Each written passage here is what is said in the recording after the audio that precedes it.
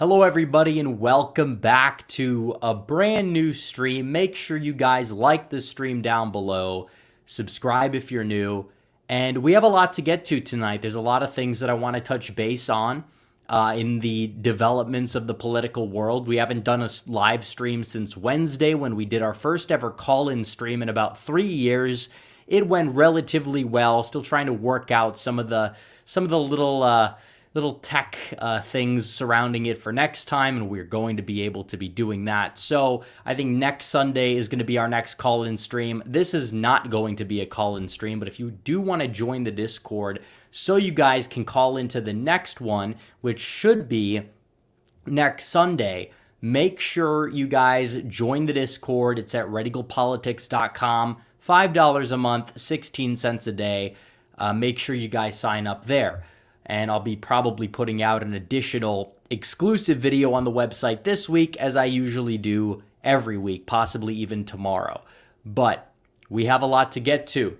Twitter, are they interfering in the Republican primary? Are they using their little fact check feature that they have now? And the people that are weaponizing that and are having access to it, are those people mainly on the Ron DeSantis side of things? We know Elon Musk is the new owner of Twitter, and while Twitter is freer under him, he kind of is running it like an authoritarian, one could say, which does have its pros, and it also has its cons. And we know that he is a very big supporter of Ron DeSantis, and now his community notes feature, which basically allows the people to fact check instead of these large firms. Is he giving priority to the AstroTurf DeSantis influencer crew? Because we have all this information, and it does seem as if the answer to that may be yes. And if we're talking about transparency, if we're talking about how the Twitter files showcase the problems with campaigns coordinating with big tech, how is this exactly any different? And this is something that needs to be talked about. We're going to be going over all of the evidence tonight. I'm not going to be talking about Nikki Haley's town hall because I don't want to put you all to sleep. I will, however, be talking about Mike Pence because he's been very vocal lately. And is he joining the 2024 presidential race? And if so, that only helps one person mainly, and especially in these early states. And that one person is none other than Donald J. Trump, and he likely is going to be taking votes away from DeSantis, but he's been off the rails lately. He's been saying all sorts of crazy things that we're going to be discussing on this live stream. Also, this is the first stream that we are doing in the month of June, the hell that we have to go through, known as Pride Month, per what the left calls it, celebrating the pride of two men having sex with each other and or other things having sex with other things. But what we do know is that companies are starting to sort of roll back the clock a little bit. They've effectively, changed logos. They change logos every year. They leave it for the whole month. This year, there have been many cases of companies changing their logo to the rainbow logo. They get absolutely just shellacked in the replies now, and then they revert back to the original. And we do know that the evidence shows that the boycotts of Bud Light and Target have actually worked and came into fruition, and people are buying those products a lot less now because of how left they've gone with their marketing teams. They've gone off the rails. So are we actually making progress? Did we make an example out of them? Did we actually have one effective boycott for the first time in really history on the right for something that, is a major corporation that it doesn't usually have like an audience that leans one way or another? Technically, yes, Bud Light, your average Bud Light drinker is probably a Trump supporter per se, but I mean, a lot of different people drink Bud Light, but nobody's drinking it right now. And you look at all of these corporations, what's happening, the whole pride charade is done. They've been quiet, one could say, compared to years past. And obviously, I'm not saying we take our foot off the gas. I'm not saying that we won the war. No, maybe we're winning battles, and that's good because we were losing so many battles for so long. But we have to put our foot on the gas. You know, we're adding up, we're stacking up these small wins lately. You can tell that there is a shift in the energy within the culture, and that's a good thing. However, we can't give up right now. We can't give up. We got to keep going. We got to do whatever we could do. Don't take our foot off the gas, and understand that we need to push the envelope. The left, they get their little wins. We think that they, just overnight just start taking these massive W's, because it does feel that way because they've been doing it for so long. But really, they thrive off of incrementalism, and we don't do that. We don't really utilize that. We want it all or nothing, and we usually get nothing. But we need to, be effective. We need to fight for everything, get a little bit, and say, you know what, this is good. However, we need to demand more. We need to start rolling back the clock with incrementalism. We need to understand this is not a fight you're going to win overnight. Sadly, I wish we could push a button and have everything go back to normal, but we do have to keep up the momentum. We do have to keep pushing, and I believe that we will get there eventually. So that is a good thing. You're talking about making an example out of these people, out of these corporations, out of these, drag kid parades that they've been having. I haven't heard a whole lot of news about it. I'm not saying they're not happening, because they absolutely still are, but it's a lot harder. And now you have legislation that's being pushed in Texas and being pushed in all of these other states to go out there and sort of ban these things. And I talked about this last year around the same time where the whole craziness was taking place. And like I said, it does seem like it's been quieter this year, which is a good thing. Now, it's not over. I'm not saying that, it hasn't exactly been ideal, but like I said, we have to keep going. We have to keep pushing. We can't get complacent, but still what we've been doing actually somehow seems to be working. So keep going, and we'll see what happens from there.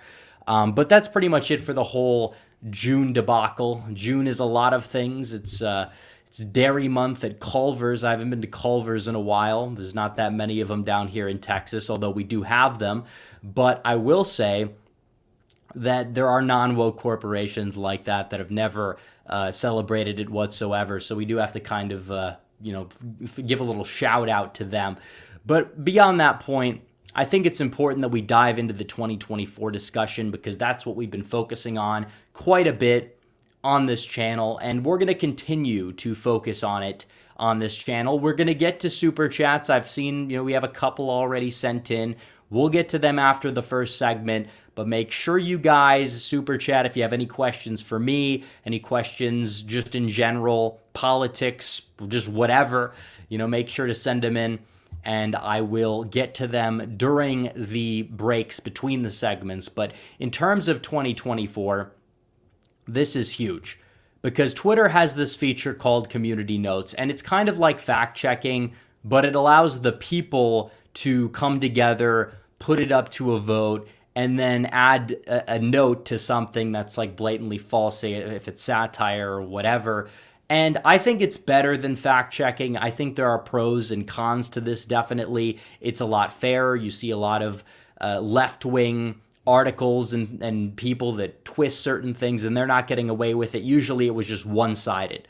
Now it goes both ways. However, within the right, we have a divided party, even though it's not really as divided in the real world as a lot of people, see it out to be on Twitter. But nevertheless, you have the Community Notes feature. And there is this group called Community Note Needed, which basically a lot of these members of the Community Note community, no pun intended there, that are coming together to add these community notes, to vote on them, and to weaponize them in favor of Florida Governor Ron DeSantis ahead of his 2024 bid, which he's already announced. He's on the campaign trail. He spends more time in Iowa, New Hampshire, South Carolina than he spends in his own state of Florida. But looking into this, they only really have it one way. We see, pictures of a DeSantis event that's empty, and a Trump event that's full that the Trump people will be putting out there. And then they'll put a note up there that says, oh, this was when DeSantis, before DeSantis appeared.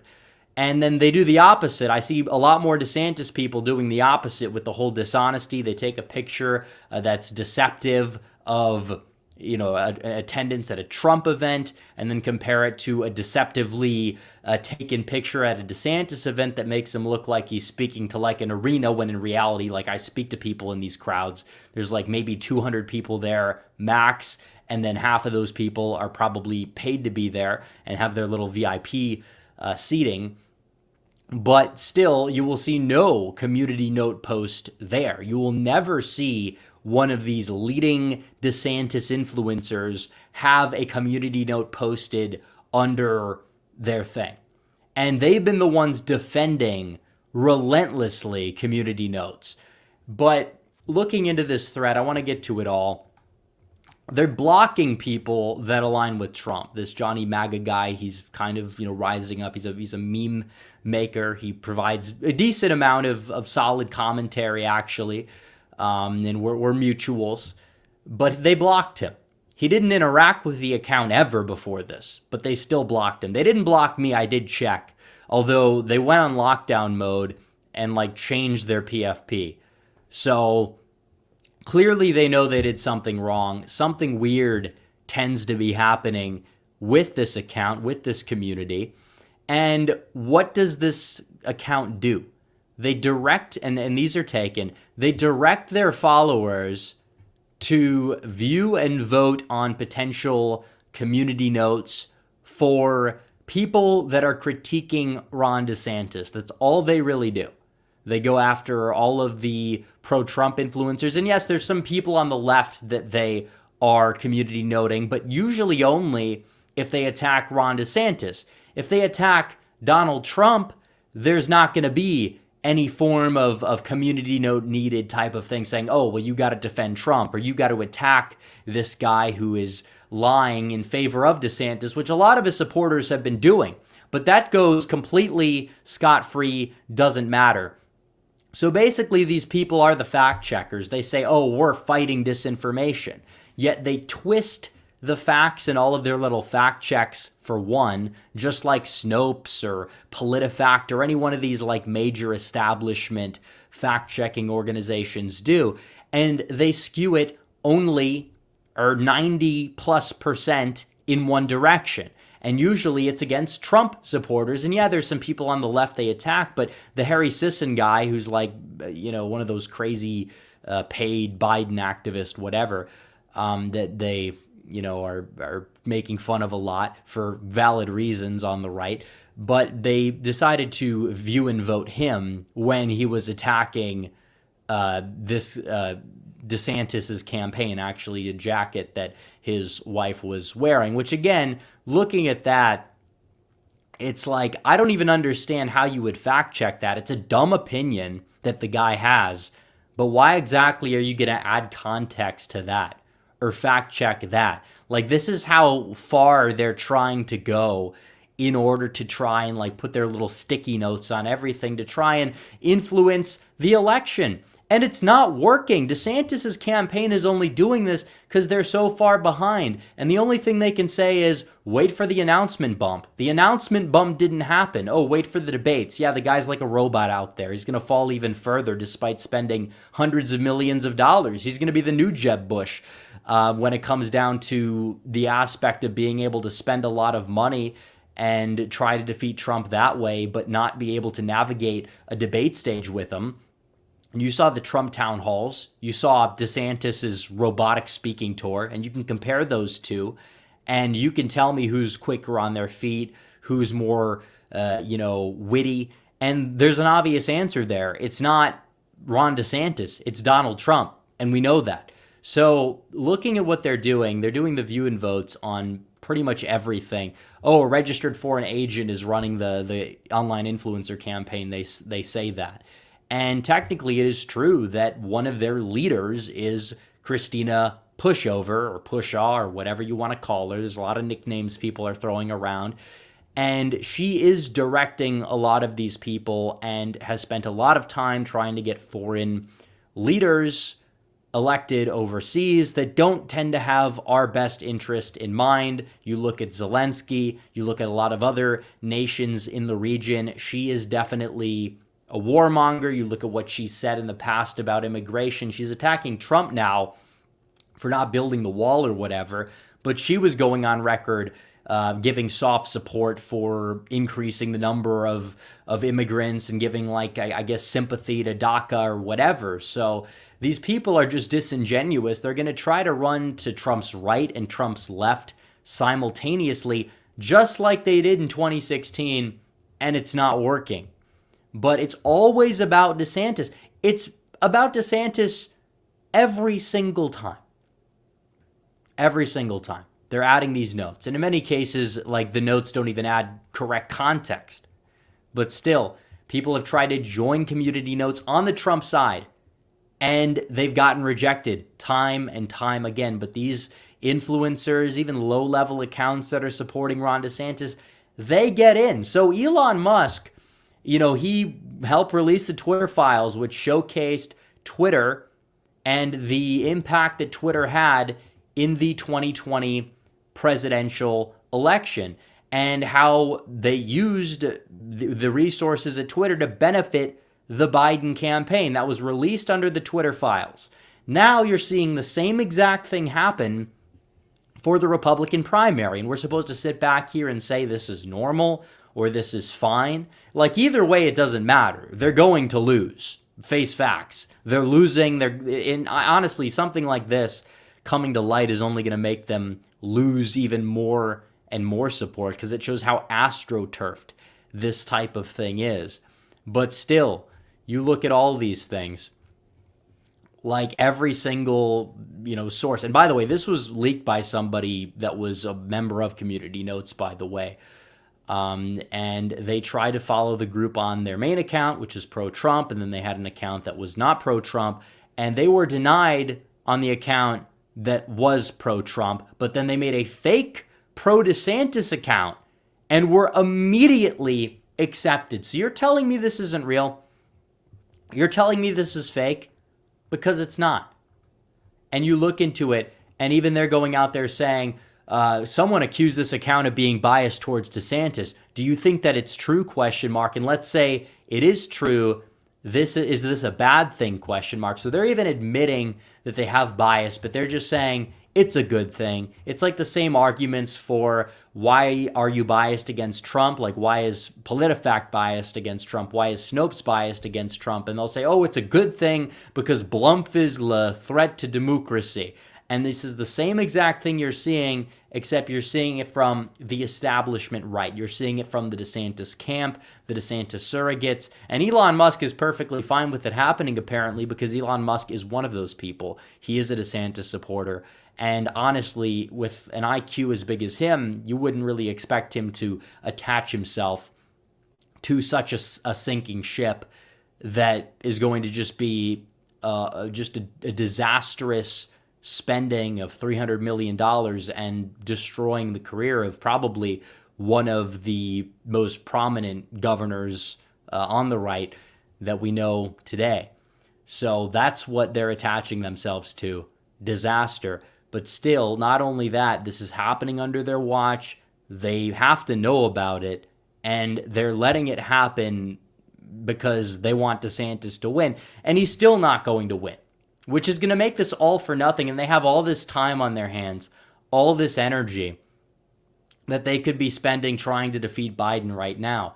But instead, they want to run this guy, even though we have a perfectly capable nominee who's better than Ron DeSantis in literally every single way. And they want to run him against Trump to try to get rid of Trump.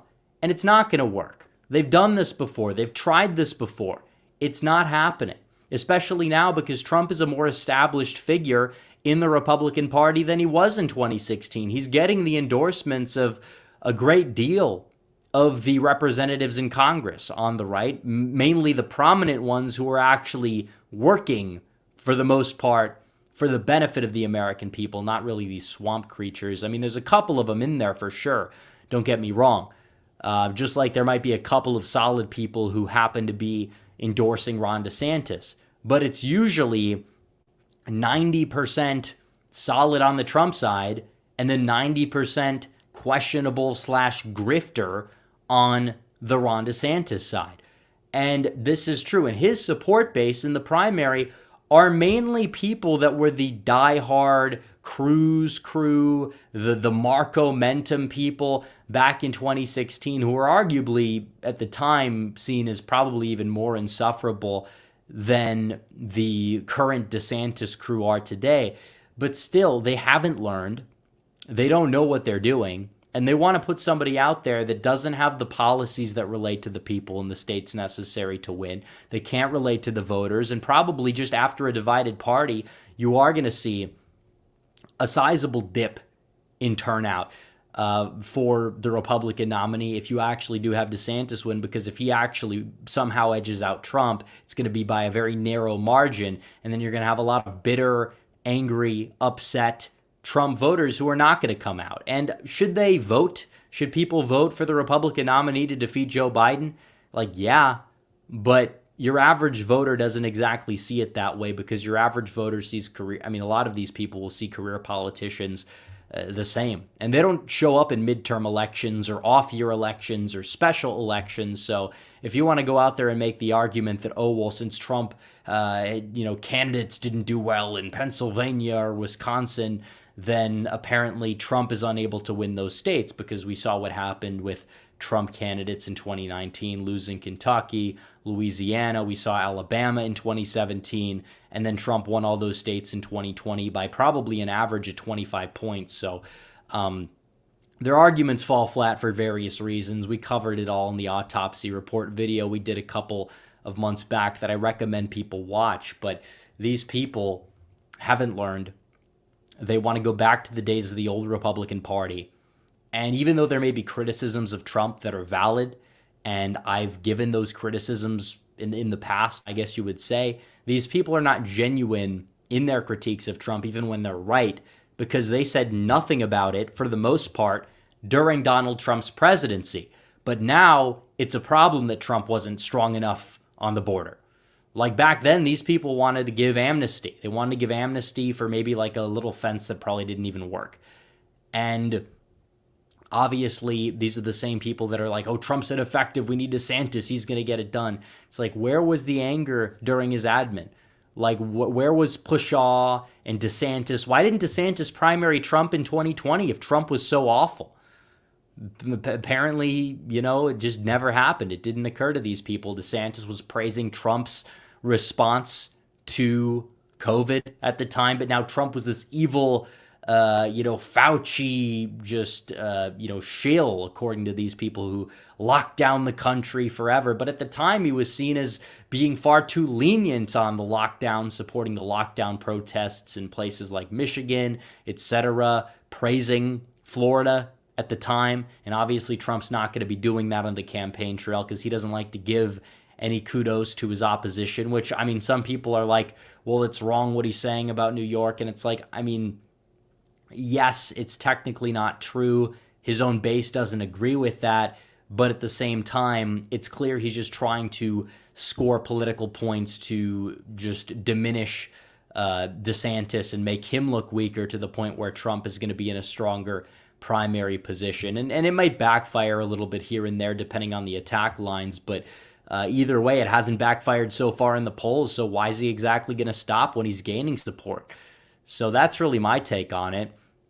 Was attacked today by one of these AstroTurfed influencers who has 20-some thousand followers. Was mad because I said that many of these people at the time were a part of the insufferable Cruz crew, and they would not have survived a day in the great meme war of 2016, which a lot of people on the internet referred to it, but then a lot of the dissimp replies are like, what is this guy talking about? What the hell is the great meme war? And it's like, okay, well, if you don't know what that is and you're like against it, like just off of instinct, well, you're not on our side. You never really were on our side to begin with. Like, you might vote for us, and that's fine at the end of the day when you bend the knee, which they will do again. But they just have no idea what they're talking about because they lost.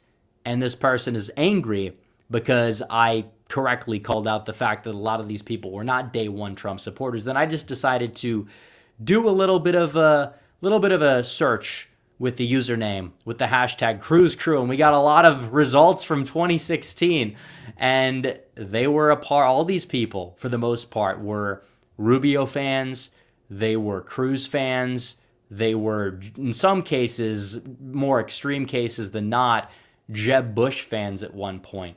And these are the people that are, again, opposing Trump in the primary, thinking it's going to be a good idea, despite the fact that now Trump's a lot more measured than he was in 2016. They say, oh, well, Trump's lost his touch.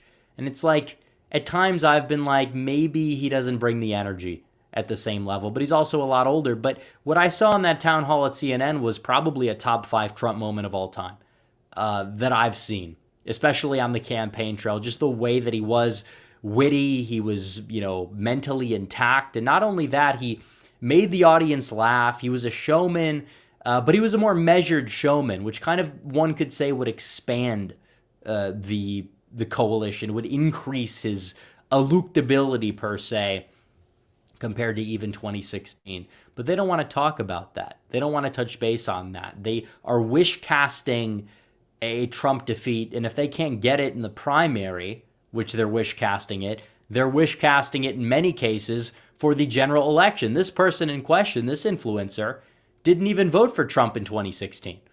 So we won without beforehand. Trump won Florida without a second time, and he's going to win Florida a third time. Again, without the help of these people, because these people are terminally online. They don't exist in the real world. There's no exact reason for us to be pandering to these people. We need to be talking directly to the average disaffected voter in Michigan, Wisconsin, Pennsylvania, Georgia, Arizona, North Carolina, you name it. And that's how we win the election. And Donald Trump, 2020, his campaign messaging, there were legitimate criticisms of it because it strayed a little bit from his original campaign messaging. However, if you've listened to him talk lately, whether he's talking about immigration, foreign policy, just any single issue possible, he's completely returned to 2016 form. If not, he's even better than 2016. We always talk about somebody, eventually will come along and add to Trumpism, talking about things like the baby boom. We have a birth rate problem, and we need more innovative policy that's going to sort of mold this country to be more conservative. And then you look at Trump's 2024 platform, you look at the Agenda 47, and he's checking all the boxes. So as a result, why is there any reason to not support Donald Trump in 2024? I just honestly don't see it. And people are like, COVID this, COVID that. And we've had that debate so many times, and I'm sure we're going to continue to have it as time goes on. But we're going to get to Super Chats. Then I want to get to Mike Pence, because we have to talk about Mike Pence and the statements he's been making, and the fact that he's likely going to be jumping in the race from what I've heard, from what I've seen. We've seen the tweet reports, we've seen the rumors, whatever. It's not a sure thing, but Wikipedia has it as announcement pending for next week. So we're going to keep tabs on it as it goes. But Mike Pence, the former VP, might be jumping in, and he's attacking Trump. He's attacking populism. He's attacking Trump's foreign policy, which is one of his strongest suits that even, I think, a lot of the honest people or the well-meaning people, if they do exist on the DeSantis side of things, maybe just the people that don't pay close enough attention or whatever, even they can admit that Donald Trump's foreign policy was overall pretty much unmatched. And he had a lot going against him. He had the Pentagon lying to him about troop counts. He had to deal with multiple rising dictatorships. And the truth is, if Hillary Clinton won that election, we probably would be in World War III right now. But Donald Trump was somebody who de-escalated conflicts across the globe, made other countries pay their fair share. We're going to get into all that, but apparently Trump is bad for saying that he will be friendly with Kim Jong-un, which is something he said during his presidency and was eventually lauded for it because it was the right thing to do. But now that he's running for president again, now that he's got stronger policy than ever, now that he's got a vengeance against the system, now that all of the dirt they throw at him is bouncing off of him and he just goes up in the polls, whether it's the primary polls or the general election, now it's a problem. Now they're trying to stop him again. They want to revert back to the days of the old country club GOP that just does not resonate with me. It doesn't resonate with a lot of voters out there for, valid reasons. And then we look at it, and it's like the country club Republicans or whatever's left of them in the GOP straw poll at the Lincoln-Reagan dinner, which you probably would expect to go solidly for Ron DeSantis, especially in a place with a lot of these like Romney-Clinton voters or the Bush to Biden voters in San Diego County. No, Donald Trump actually went pretty much neck and neck with him. They're celebrating this like straw poll at this country club Republican dinner as some sort of a victory, as some sort of a W for them, because they're losing all the polls. And then honestly, if that's the margin they're getting with their core demographic, and Trump is pulling in roughly half of like their main demographic that you would expect them to do well with, it's like, you're done. Bye. See you next time. Thanks for playing, Ron. Go back to Florida. You're, not even doing the worst job you can down there, but when you're not spending time in the state, when you're in Iowa, when you're in New Hampshire running a joke of a campaign that's just a $300 million dumpster fire, I mean, people are going to sour on him, and people that did like him and a lot of what he's done as governor, they're just going to turn on that eventually. And people are going to say, well, it's because you're a cultist or whatever. It's like, no, why are you going out here and unnecessarily dividing the party and spending money that could be used to defeat Joe Biden? You are helping the other side. That's what you're doing. You're helping the other side. And if people are going to call him a rhino for that, they're valid to do so. Whether you want to say, well, technically he's not a rhino, it doesn't matter. It doesn't matter at that point. What you are doing is inadvertently helping the other side. And by the way, if he does win the nomination, he's not electable. That's the myth. Oh, only he can win. What's his electoral path? There's no path to 270 for DeSantis. He's not winning Wisconsin. He's not winning Pennsylvania. He might not even do as well as Trump in some of the states where you would think he would do well, based off of the fact you have a divided party. Did Kelly Loeffler and David Perdue, who are more like the generic Republican, win in the runoffs in Georgia? Absolutely not. And they blame Trump for that too. And if DeSantis loses, they're going to go out there and they're going to blame Donald Trump. That's what they're going to do. But he's not going to get the nomination. And he's really not that much of a threat. He's a lolcow, which is funny. And it's definitely something worth covering because it's fun. It's going to be fun to watch the demise. And we'll really just see what happens between now and then. But super chats, we want to get to super chats, and then we want to get to Mike Pence. But let's get to the super chats right now.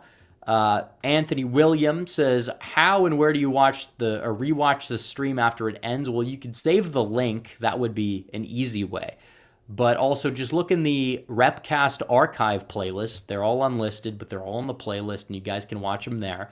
The DM Production says, what do you think about the Trump might not be a part of the August primary debate? Also, thoughts on DeSantis trying to lump furries into the LGBT community? I mean, well, there's a lot of legitimate criticisms of Ron DeSantis, and there are about his campaign, whatever, but technically I would have to say that furries probably are a part of that alphabet community of sorts, given the stuff that they get into, and you always see them present at these supposed pride parades or whatever you want to call them.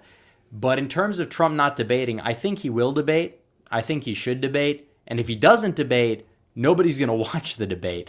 And like I said, I think he has a lot to gain from debating, because people will say, well, he has a lot to lose. But I think he has a lot to gain, because if he goes out there and does what he did at the CNN town hall to Ron DeSantis, just off the cuff, when DeSantis has been there, he's preparing, he's reading off the flashcards for months, what he's going to say, they're doing the mock debates, and Trump still goes out there and just owns the floor on that debate stage. And he's there with DeSantis, he's there with Haley, he's there with Pence, he's there with Vivek, all those people, and he's the star of the show again. Not only do you have the 2016 nostalgia factor going for you and working in your favor, But also, it shows, wait a minute, this guy was our guy for so long. He was our president, and he still shows us that he's the leader of the party, of the movement, you name it. I think that's going to be a massive selling point for Trump to basically just lock up the primary then and there. It's already pretty much locked up, and he could not debate and still win easily. But I think it probably would be better for him to debate at least once. And I think he should debate as much as possible because it'll be fun. It'll be funny. I mean, you're going to see DeSantis out there stumbling around with his words robotically like he's Mitt Romney, the sequel, with a new software update, which in a way that's true. But the software update didn't really add any points for charisma. It's just the same thing. It's Romney 2012, but now you talk about woke stuff. You talk about a virus that happened 4 years ago that is not really on the brains of most people today. Like, that's really all he has. And he talks about his governorship in Florida. I don't know if Make America Florida is a winning strategy, because a lot of people, even if Florida is becoming more and more of like a conservative state, and that's a good thing, and the state party there's competent, you name it, still at the end of the day, a lot of Americans don't want to live in Florida. And Make America Florida is not a winning message for the state of Wisconsin or the state of Pennsylvania or Michigan or whatever. It's just not, whether people want to admit that or not. So let's see. Garrett Vranikar says, you said that the Michigan GOP is incompetent. How are they incompetent, and what can they do to be successful?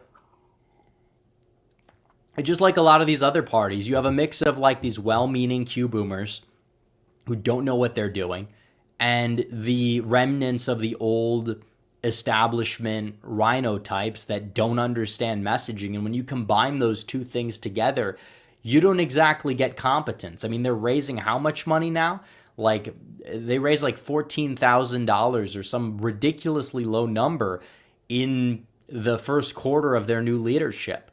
I mean, this is not a competent Republican Party. They don't know how to win. You saw what happened in the midterms. And technically, I think the midterms actually showed you that COVID was an issue in the rearview mirror. Because if that was front and center, like it was maybe in 2021, then I think you would have seen a lot of these Democrat incumbent governors go down in these states like Michigan, like Wisconsin, you name it, when the lockdowns were vastly underwater. But then a lot of people just stopped caring, even if they didn't like it, and rewarded a lot of the incumbents, which was not a good thing. And that's kind of the thing we didn't expect as well in terms of the whole red wave thing. Because even look to 2010, for example.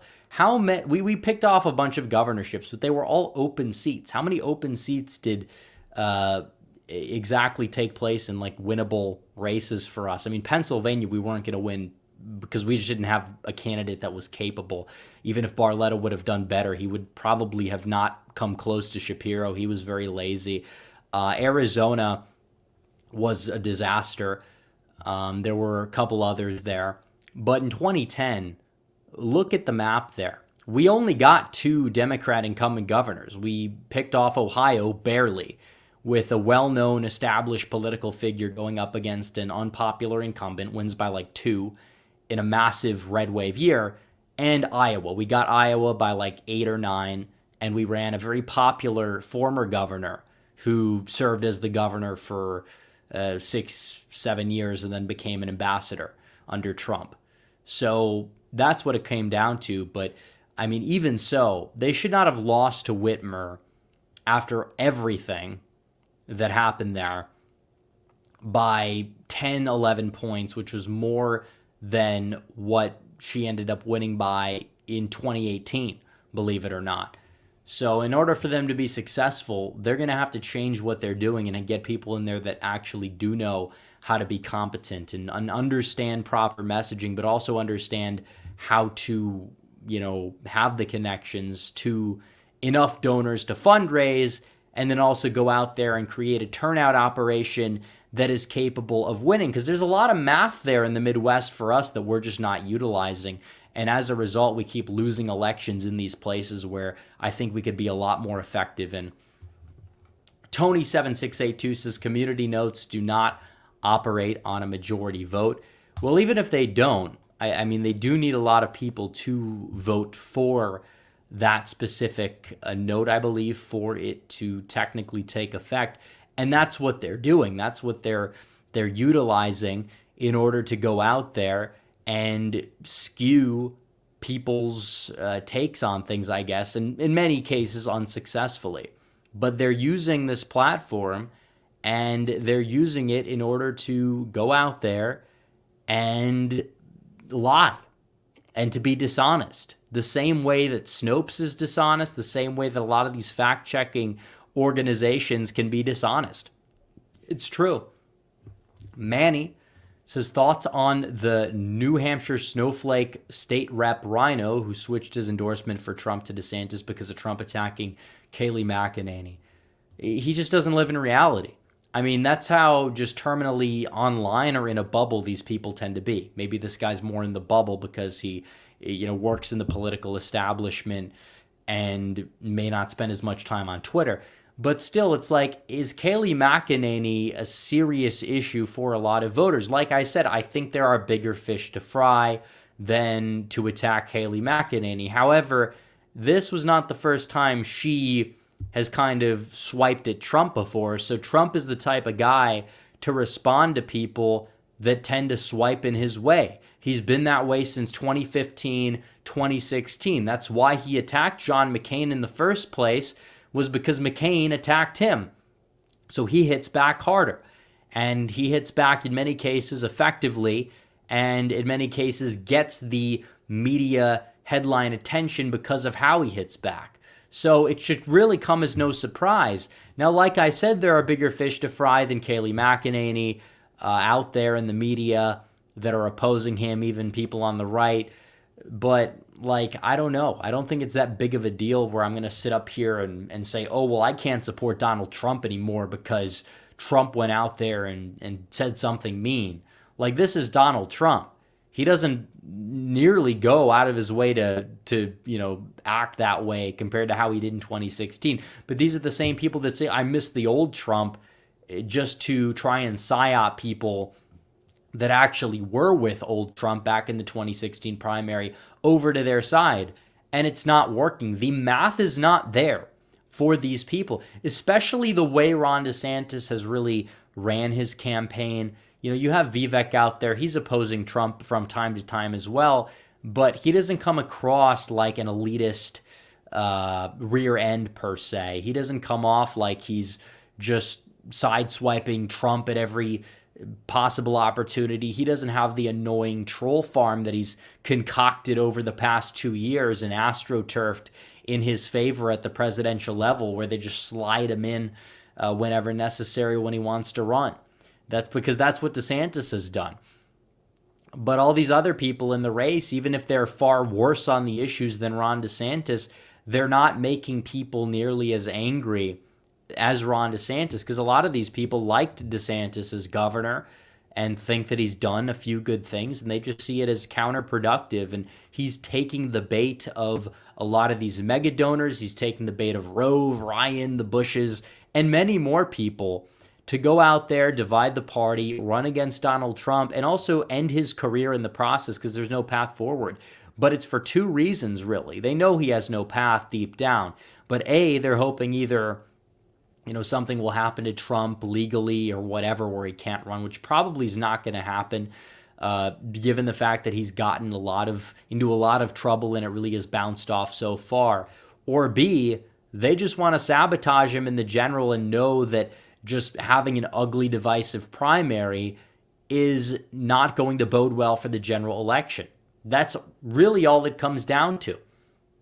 But in reality, Donald Trump is still winning the polls for the general. He's doing better against Biden than DeSantis. He's clearing 60% in a lot of polls in the primary, not just nationally, but in Iowa. And he's, in some polls, is up by a decent amount in the state of Florida, which DeSantis, if he can't even win his home state that he's currently governor of, how exactly is he going to go out there and win the primary? I mean, he possibly can win the Florida primary and get those delegates there. Likely it's not going to be enough. It'd be like Kasich winning Ohio back in the 2016 primary, which he did. But I just don't see it happening. I just really don't. I honestly think Trump is going to win pretty much every state besides maybe Washington, D.C., even though that's like a territory. And even then, that's not a sure thing. So we'll see what happens. But there's a chance that he's cratering. And we'll get to the Pence stuff because that's only going to add salt in the wounds of the DeSantis campaign. But nevertheless, maybe they realize he's failing out there and they want somebody as a backup plan. And that's where Pence comes in. And now he's attacking Trump relentlessly. He's not attacking DeSantis. He's not doing the Jeb Bush, like spending all the money against Marco Rubio to get like 5% in South Carolina and then drop out type of thing. He's going directly for Donald Trump. Make no mistake about it. So Garrett Vranikar says the divide among the right is a more important issue. The left will always oppose us, but a unified right is a winning team, especially dissidents who push effective policies like CRT. I assume you mean like anti-CRT legislation. But it does come down to this. It absolutely does come down to the unity within your party. Because if you have a divided party, then you're going to struggle to get everybody on board on time for the general election. You're going to lose. Then Biden's going to get another 4 years. He's going to have a mandate, an even greater mandate to enact policy. And even though it's likely that he's not going to have the Senate, he's still going to find a way to do a lot of damage to this country as a very weak executive. And it's not going to end well for all of us. So it definitely does start with cleaning up your own house before the house tour. And if we can't do that, then we're not going to have a good time next fall. And we want to have a good time next fall. We want to be here witnessing Donald Trump, hopefully going out there and having the greatest comeback story of all time. But they want to get in the way. They want to be like the well actually type of people, the nerds of this world. And we just kind of got to push them into submission, and they'll bend the knee. Don't worry about it, but we'll see.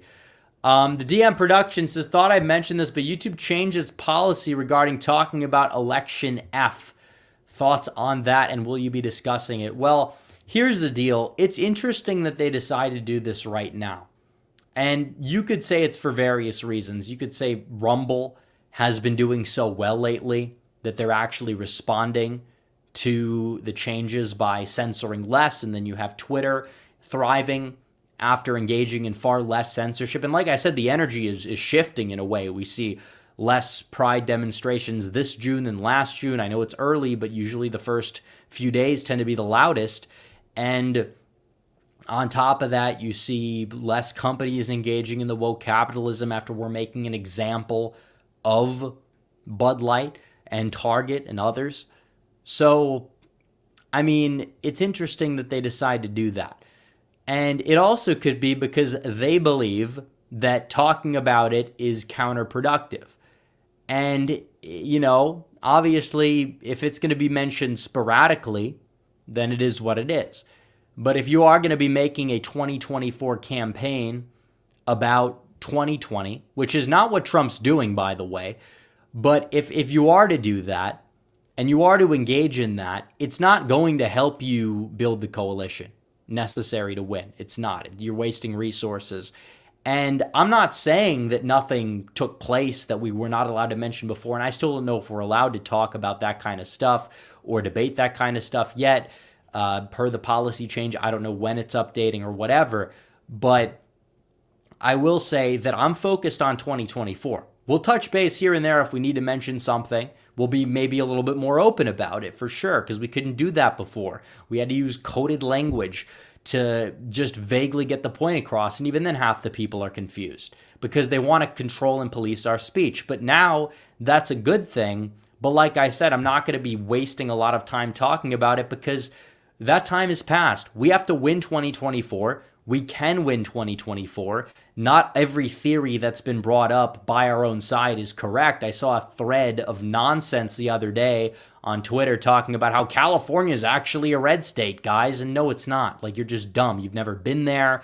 You don't understand how politics works there. Yes, Biden doesn't have enthusiasm. It doesn't mean people are not just insanely dumb and vote against Trump or just blindly vote for the Dems because they absolutely do. And that doesn't mean that nothing that we're not allowed to mention may or may not be happening, but California is California. It's been a blue state for a very, very long time, ever since the 80s. And you have demographic change, educational trends. And if you do focus so much on that to the point where you're spouting off the nonsense about California, then you're falling for a psyop.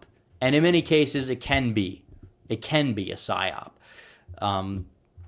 But we'll see what happens sporadically.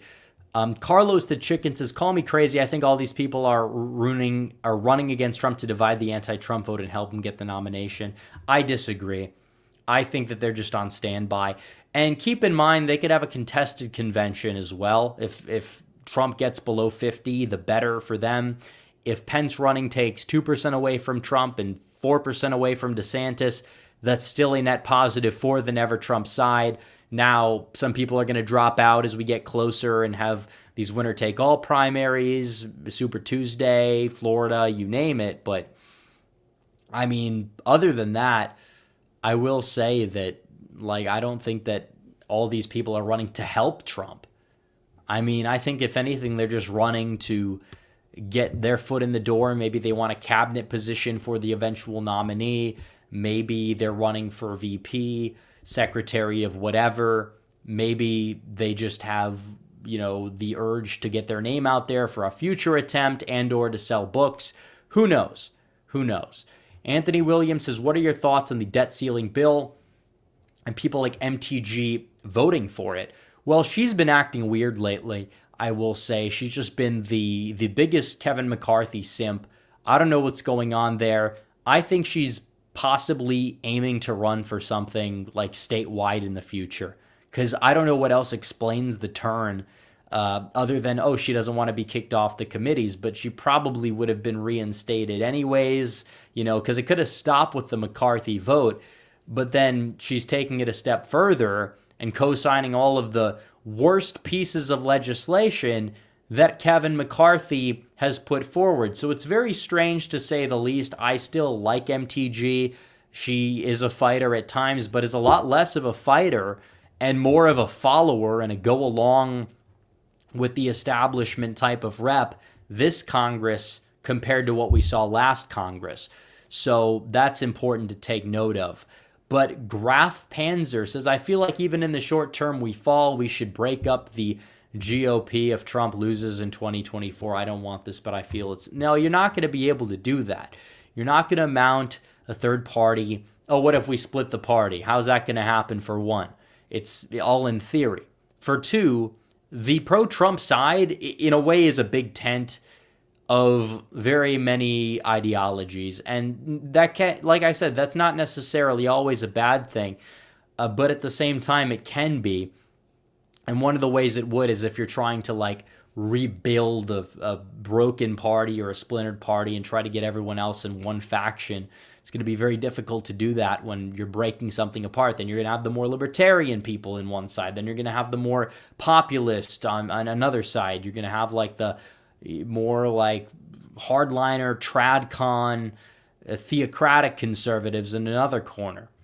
And they all combine to, get behind a common goal in many cases. A lot of them do support Donald Trump, which is good. Of course, we could debate the differences as we do. We typically try to correct course to a more authentic form of conservatism and national populism compared to what a lot of these influencers that are on the more libertarian side of things or just are weak on these social issues have to say. But I mean, other than that, you're not going to be able to just break up the party and have it work out in the end. It just doesn't work that way. But we're 53 minutes in. If you guys want to send super chats, feel free. The show is not over. But we have to talk about Mike Pence, because Mike Pence is off the rails lately. He's saying that we need to avoid populism in the upcoming presidential race. He's saying we need to go back to the days of old. We need to go back to the days of, I guess you would say, pre-Trump. You need to go back to the Romney-Ryan doctrine, because that's what it is. The opposition to populism. You know what the opposition to populism is? It's neoconservatism. It's elitism. And a lot of the people that are supporting Ron DeSantis and are bankrolling him and have been drafting him to run are a part of that crew. And Mike Pence has always been from that crew. Mike Pence was chosen as Trump's running mate to soften his image with evangelicals because Pence is good on some things. He's very good on social issues, and Trump might have had a few like blind spots there on the alphabet stuff, and Pence solidified Trump's support within the GOP by Trump picking him to be his running mate. And at the time, it was not a bad decision because you're not going to effectively be able to double down and win. You might say that's cucking. I get it. We don't live in a perfect world, but that's typically the way presidential tickets tend to go. On the Democrat side, they all think the same. They're NPCs, so you have to pick somebody who looks different or whatever. But on the Republican side, where you have a little bit more of a divide, there does tend to be the need for somebody like Trump to get somebody like Pence on the ticket, the same way that somebody like McCain had to pick somebody like Palin. People will critique the Palin pick, but without Palin on the ticket, he might have lost Montana, Missouri, the Dakotas, you name it. It would not have been good whatsoever.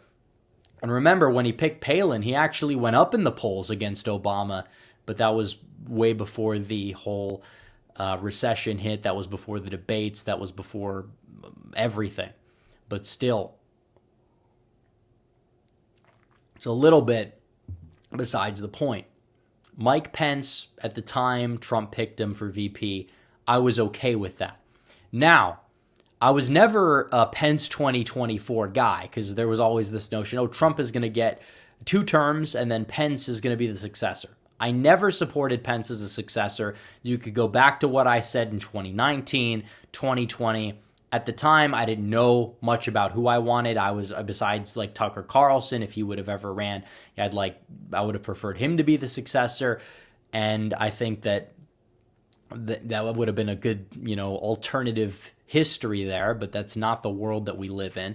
But Mike Pence is somebody who I never wanted to lead the ticket because in many cases, foreign policy, just his view of economics and trade, and possibly it ties into other issues like immigration and globalization as a whole, he's not that far different than somebody like Nikki Haley on a lot of those issues.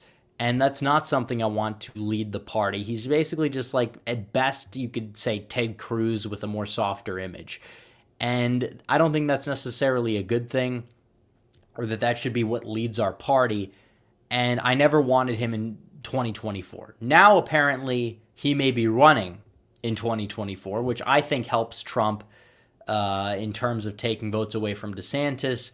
And because we're not going to get a contested convention, I think overall it is a net positive for Donald Trump. But Pence has been going out there lately and attacking Trump. He, even when it came down to his foreign policy statements, and this isn't even talking about what took place in early January of 2021, because we all know what happened, and a lot of the base soured on Pence because of that, which I predicted would happen in December. You could go back, look at my tweets, whatever.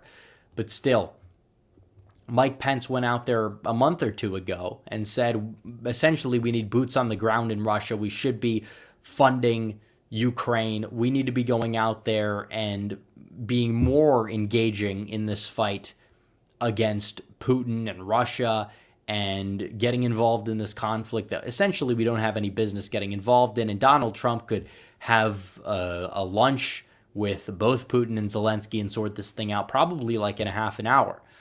And everything was fine under Trump. They didn't go into Ukraine under Trump. He didn't have the conflict, but now you do. Now you do, partially because Biden's taken over. You have the whole military-industrial complex, which loves to start wars. They like to antagonize. They love antagonizing Russia.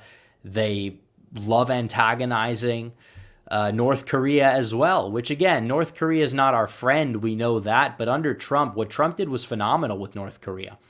He was able to go out there, not just walk into the DMZ across to North Korea and have, that good epic handshake with Kim Jong-un, but he had a summit with him and he was talking to him and on good terms, and they were statistically launching less missiles. And then when you saw an uptick in 2019, what did he do? He went over there And again, it's better to be on good terms with these people. It's good to be on good terms and have a good relationship with Putin. It doesn't mean you can't give him a little bit of tough love or whatever, but you need a good relationship with Putin. It's good to have a good relationship with Xi of China. It's good to be on good terms with Kim Jong-un. I don't see that as a problem. We're trying to de-escalate conflicts. We're trying to get ourselves less involved in them. Of course, you have people that are like, oh, it's isolationism or whatever. It's not isolationism. The bottom line is our supposed friends take advantage of us nonstop, and our supposed enemies don't even have to be our enemies, and maybe we could work with them to make them less of our enemies. Trump went to the Middle East and negotiated the Abraham Accords, a lot of peace deals, so we don't have to be involved in these conflicts nearly as much as we're currently involved in. He tried to work to get us out of wars. We probably would have gotten out of more if the Pentagon wasn't lying about the troop counts in Syria, Afghanistan, all these places during Trump's administration.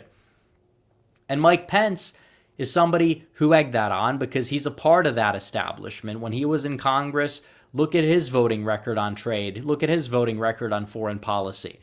Because that is more in line with the average Bush type of Republican than it is somebody like Donald Trump.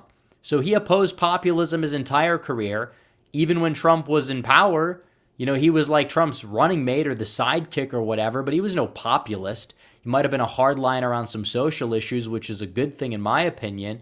But other than that, he was no populist. He was no Trumpian conservative by any stretch of the term. He's never really been. Maybe he went along with Trump or his administration or praised the admin because he had to, because that was basically his job. And it was for opportunistic reasons at the time. And now for opportunistic reasons, what has he been doing? His entire post-VP tenure, he's been going on CNN, trashing Trump. That's the real reason why people hate him, in my opinion. It's not just because of what took place. People call him a coward for that, the January incident with Pence. But ever since then, what has he done? He's gone out there and he's rebuked Trump at every turn. He cares more about liberals liking him than anything else, which seems to be the recurring theme with the Republican establishment. It's why they keep losing at every single turn. And he's been going out there and he's attacking Trump for praising Kim Jong-un. All Trump said was, we're going to be friends again, basically. What did he say in that infamous tweet? Oh, someday I hope to be his friend. Maybe one day it will happen. And then they're on good terms because Trump doesn't want to get us involved in nuclear war with North Korea like Mike Pence, like a lot of these DeSantis donors and surrogates want us to get involved in. This is why we support Trump to the extent that we do, because the guy is awesome. He has awesome foreign policy. He's got solid immigration policy, domestic policy, and they're attacking that, which is just the backbone of Trumpism.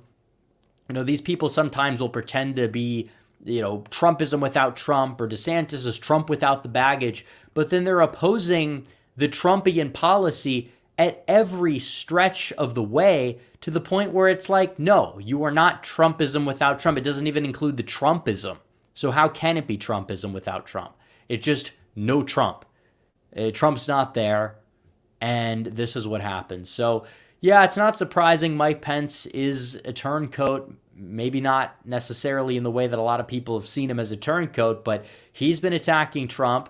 He's been positioning himself to either A, run for president, or B, endorse DeSantis, which I don't think he will. I think that he's going to probably run. I think he's going to do very poorly. I think the debates are going to be hilarious, and he's tarnishing his legacy as well by doing this. And there are positives to Mike Pence. Like I said, he is a hardliner on social issues. That's a good thing. He is a social conservative to an extent. However, when it comes down to it, he's an establishment conservative at the end of the day, which that, for no pun intended, trumps everything positive about him, not even close. And that's why he's going out there and attacking Donald Trump for things that most people have consistently agreed with made Trump special. Even some people on the DeSantis side of things have said, yeah, foreign policy was Trump's strength. And it is. Ron DeSantis is going to get walked over overseas. I mean, Trump with the commercial with Putin and Xi and all those people, like that's an effective commercial, in my opinion, because it shows, yeah, he's going to get walked on. He will. He'll get absolutely just completely trampled out there on the world stage. And it's not even just because he's short, and he's still short when he wears women's heels or whatever, and his wife's taller than him, and she talks more than him on the campaign trail. Oh, you're not supposed to say that. It's like, I don't care. It's true. As long as she's getting involved, she's going to be hit. As long as the attacks are fair, and they're not like low blows about the health or anything like that, and it's like, yeah, I don't see a problem with that, because absolutely, apparently she's off limits, but then why is she on the campaign trail? Like, if Melania was on the campaign trail talking more than Donald Trump, don't you think that that would raise questions? Don't you think that you'd look at that and say, what's going on here? Because she's apparently more like Hillary Clinton with Bill than what we've seen with Melania with Trump, or what you would expect out of your first lady. But that's beside the point. We have a lot to get to. We've got to a lot. I mean, we're still going to get to a lot over the week for sure, but we're going to get to super chats right now. But it's just sad to see, because they want to unravel all of the progress that we've made to appease the donor class or whatever, the media industrial complex. They're the swamp. We have a swamp on the right. We need to drain it. It's ironic that DeSantis is making his campaign symbol an alligator. You could say, oh, it's Florida all you want, but the truth is the swamp is encouraging this fight. They're drafting him to run. And you might say, oh, well, he's been like this solid governor getting things done or whatever. And even if we take that at face value and say that it's 100% true, it doesn't negate the fact that in Congress he was not that solid. And it shows that he blows with the wind. And the wind that's dragging him into the presidential race is not exactly the wind that you want to blow in that direction. And that's true. Major Boothroyd says, if the Senate somehow is 50-50 again after 24 and Trump wins at the same time, what would the first 2 years be like in your book? Very chaotic. The VP would actually be consequential. But it's not going to happen. Trump's going to win Ohio, Montana, West Virginia, and carry the Senate nominees in all three states. He will. And maybe you'll see one of them lose. Even then, it's 52. You're not losing Texas. You're not losing Florida in the Senate races. You probably even could get Wisconsin with Trump on the ticket. I mean, there was a poll that came out the other day that had Gallagher tied, essentially, with Tammy Baldwin. And then you have the three-way race in Arizona. We don't know who the nominee is going to be there, but it doesn't matter if it's a three-way race. Trump gets close to 50% in the state. Once again, yeah, he could carry a nominee to 46. That would probably get them the victory. I mean, funding matters a lot less in these down-ballot races in presidential years compared to midterm years. That's another thing that people don't take into consideration with these Trump candidates or whatever, because in many cases they just don't get the funding. But if Trump's on the ballot, they perform in line with him, and in some cases they perform even better than Donald Trump. Let's see. John Waffle H2P says, how is neoconservatism even conservative? They support recessions and are terrible on foreign policy. It's not conservative at all. These are the same people that say, oh, J.D. Vance is a socialist because he wants to spend reasonably on things that'll benefit the American people in like a bipartisan way that doesn't screw everyone over. Because typically bipartisanship in Washington for many years has just been we take turns screwing over the American people. You have the dumb party, which is the GOP, and then you have the evil party, which are the Dems. Vance is somebody who's actually been bipartisan, but not in a bad way, usually on economic issues, getting things done that are beneficial and working to pass things that are beneficial in the Senate. But no, Vance is a socialist. But oh no, Kevin McCarthy and McConnell signing off on every Biden spending bill. No, that's perfect. That's bipartisanship. It goes to show that these people are just shills for the status quo and the establishment. And they don't care about what benefits the people. They don't. And Washington, once again, is broken, which is why Donald Trump has a unique appeal. That's why you have only Trumpers that they call the cultists. They don't analyze why they like Trump so much. And the reason why is pretty obvious when you examine the basic facts that people are still angry at Washington. And they say it's not 2016, but what's exactly changed since then? What's changed? I mean, people were rooting for Trump during his administration, and they saw exactly what happened and how the system ramped up their apparatus against him. And now he knows how to navigate it better, so it's likely that he'll have more leeway in a second term, especially now that he wouldn't have to worry about re-election, which is one of the underrated reasons why I prefer Trump to DeSantis. But, I mean, beyond that point, it's just like they don't get it. They never get it. I mean, they never have gotten it. They never will. And in many cases, they don't want to because they're working directly with the enemy. And it's not conservative at all. All they care about are foreign wars and globalism. They are globalist rhinos. That's what they are. There's no other way to chalk it up. Colin Shaw Indie Games says, what are your thoughts on Walsh and Daily Wire types going anti-anime, video games, comics? Seems like a terrible way to get a younger electorate. What's the logic? I mean, I don't necessarily think it's a bad way to get the younger electorate. I don't think that's the right takeaway. I think it depends on what they're saying, but there are a lot of legitimate criticisms against all of those things. I don't know too much about the comics part because I don't really see it commonly as a hobby people are engaging in current year. But anime, I mean, a lot of kids watch anime. There's a lot of degeneracy, sexual stuff in there. Nobody ever talks about it, but I find it off-putting, just in general, the way it's drawn. And the people that are obsessed with anime typically tend to be these weeb types that are just cringe in many ways. They make you cringe just thinking about their existence. But the video games thing is also true. I'm not going to be one of these people that says, well, the video games are violent or whatever, like in terms of Call of Duty, because I think those people are just dumb. But the truth is people need to spend less time playing video games, in my opinion, because they rewire your brain to a certain extent, and that's not a good thing.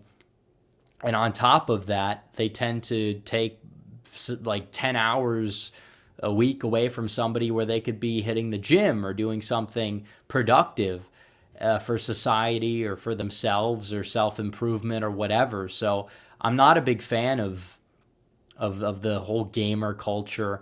I mean, I know it's common with the Zoomers to an extent, but I mean, playing video games in moderation is probably ideal, especially with other people in the room too, because then it's more like a personal hobby you're engaging in with somebody else compared to just sitting behind a screen all day trying to beat a level for that extra little dopamine hit that you could easily get by doing something beneficial, like working out or something. I don't know. Garrett Vranikar says, China's not the problem. These corporations sent our jobs overseas. The real enemy is corporate special interests that control politics against our interests. BlackRock's a perfect example of that. Well, regarding China, they take advantage of us, but we also let them take advantage of us. And the real problem is our political class. And who are they controlled by? The corporate special interest. Exactly. So the super chat is technically correct. That doesn't mean China is like our ally or our friend. Ideally, we're not like fighting a war with them, but they take advantage of us because we let them take advantage of us. And that's been Trump's message regarding China all this time. They don't have our best interests in mind. And as a result, we keep losing. We keep losing jobs to them. We lose just our standing in the world stage. They're the superpower now. They're rising up in the ranks. We're not rising up in the ranks. And a lot of other countries are continuing to take advantage of us that are supposed to like be our friends, by the way. We see all these nations in Europe, they're not giving nearly as much aid as we are to the whole conflict or whatever regarding NATO. Trump renegotiated NATO, but NATO's taking advantage of us again. And that's an issue. And Trump goes up there in the town hall and accurately says they're not paying our fair share. And of course, the moderator is like, well, you support Ukraine or Russia. You support Ukraine. Do you want Ukraine to win the war? And he's like, I want people to stop dying, and I want these other countries to pay their fair share. We're not going to be sending these blank checks to Ukraine and pushing Russia directly into the hands of China. And that's just a wonderful statement right there. Classic Trump, perfect statesman even, regarding foreign policy that benefits the American people, but they get angry about that. They throw a temper tantrum because they know it's effective. They know he's right, and they know he's going to win, which is why they're coping massively. So let them continue. Win the primary, that is. And the general, we still have ways to go.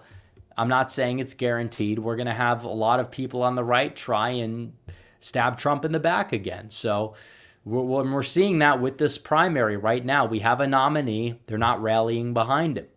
They're not. They're dividing the party for what? For what exactly? Because they want to weaken Trump in the general election. They're giving aid to the current occupant of 1600 Pennsylvania. Every dollar that they spend fighting Donald Trump. We saw this in the primary. Kari Lake was going to run away with Arizona. They decided to spend over $10 million that could have gone to defeating Katie Hobbs in the general soundly to a primary opponent who was very much robotic, like DeSantis mixed with Kelly Loeffler, who also did nothing to help out Lake in the general as well. But they spent all this money trying to have a close, divisive primary, attacking Lake from the left, attacking Lake from the right simultaneously. It didn't work out in the primary, but in the general, we all saw what took place, and a lot of things took place. But definitely the divided party and the divisive primaries do not help. Why do they want to take the wrong takeaways from 2022 just so they can repeat 2022 yet again? Doesn't make sense to me. Tucson PaleoCon for 20. That's the record tonight. If anybody wants to beat it or tie it, be my guest. Trump was right. Putin and Xi gave Trump more respect than any of our so-called allies in G7, except maybe Japan. And, I mean, they did. They respected him. Trump would go up on the world stage. Everyone's seen the video of him where he just pushes everybody around, walks past them all. And a lot of the leaders in the West are just so weak. They're so weak. And they don't get respected by these people who take advantage of them from time to time. But at least they tend to stand up for themselves more than we've been standing up for ourselves for quite some time. Trump comes around, changes things. And as a result, they didn't like that. They didn't like that at all. But at the same time, a lot of these leaders of countries like our supposed enemies, they did respect us and were listening for the first time in a long time. And there was no conflict with Russia. Trump was the toughest president on policy up until this point on Russia regarding everything that, all the actions he took against them. But still, they had a good relationship. We weren't spending all this money against Russia. We weren't putting the unnecessary sanctions regarding oil. But even then, we could afford to put more sanctions in that regard because of the fact that we were energy independent. We're not energy independent right now under this administration. So you're seeing what's going on there. And to make America great again, that is the slogan. And it has never rung true more so than it does right now. And obviously not everything was perfect under Trump. Not everything may be perfect under Trump again, but at least you're getting the ball rolling in the right direction. You're moving the ball down the field. And also in terms of what the GOP is standing for, it would under Trump, especially the current Trump we have now, the messaging, the campaign trail, the Agenda 47, that stands against everything the GOP was known for standing for back in 2004, besides your remedial social conservative positions, which Trump, he'll get attacked for shying away from them. But even so, regarding immigration, if you stop importing so many Democrats every year, legally and illegally both, then at that point, you're going to have all the liberal social policies and then some. And a lot of these conservative, so-called like neocons, they turn a blind eye to this stuff. They're the ones that'll be the first to throw out the leftist buzzwords, racist, sexist, whatever they want to call it. New York Post put an article out yesterday about I believe it was the Whatever podcast. They're a pro-DeSantis newspaper now. And they were saying, oh, well, they're making women look dumb. This is wrong. And it's like, really? Maybe the women on the show shouldn't be so dumb then and say all these dumb things. I don't know. But you look at how men are portrayed in our culture in these commercials. They always make the men look like morons. A lot of TV shows now do that. They don't have a problem with that.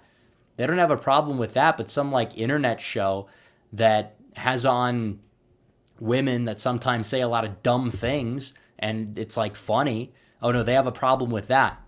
Yeah, it really shows where their priorities lie.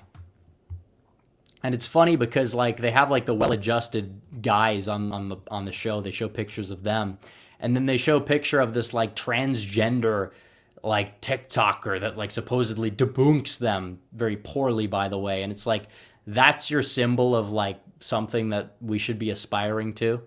Like, really? Okay. Ridiculous. But everybody's seen it. Everybody's seen the article pretty much at this point. Everybody's seen the transformation of a lot of these pro-Trump outlets into pro-DeSantis outlets. I mean, it is what it is, but that's the establishment reverting back to its original form. That's really all it is. And if Trump wins the nomination, you probably will see more of a reversion back to Trump's side, but they're mainly going to be anti-Biden first and foremost, not pro-Trump, because they don't believe in those principles. Because you look at what Trump really stood for. What was it? He was anti, corruption in government. That was the whole thing with the drain the swamp, which still a lot of swamp to drain there. Still, we know that. And the first term didn't really drain a whole lot because it was effectively working against him. And there was a lot he didn't exactly know what he was up against. But in terms of that, the Bush administration, they wanted to expand the government significantly. So in that regard, he flipped the GOP orthodoxy on its head. Free trade. He was pro-tariff. He was pro-protectionism. And that was something the GOP, besides somebody like Pat Buchanan, stood vastly against for decades. Even under Reagan. Reagan greenlit some of these trade agreements that were free trade or whatever. And immigration, they were pro, even if they were like, just like, I guess you would say, vocally at times would say, we need to stop illegal immigration. Trump made it a massive issue. And not only that, talked about lowering the levels of legal immigration to this country, which is something that the GOP stood against under the Bush era. Even though we had a perfect opportunity to stop immigration after 9/11 and usher in a new era of, I guess you would say, nationalist populism type of stuff. No, we didn't do that. Foreign policy, nation building, that was a massive policy that neocons have supported for, foreign wars, getting involved overseas, even in conflicts that don't affect us or we have really no business being in.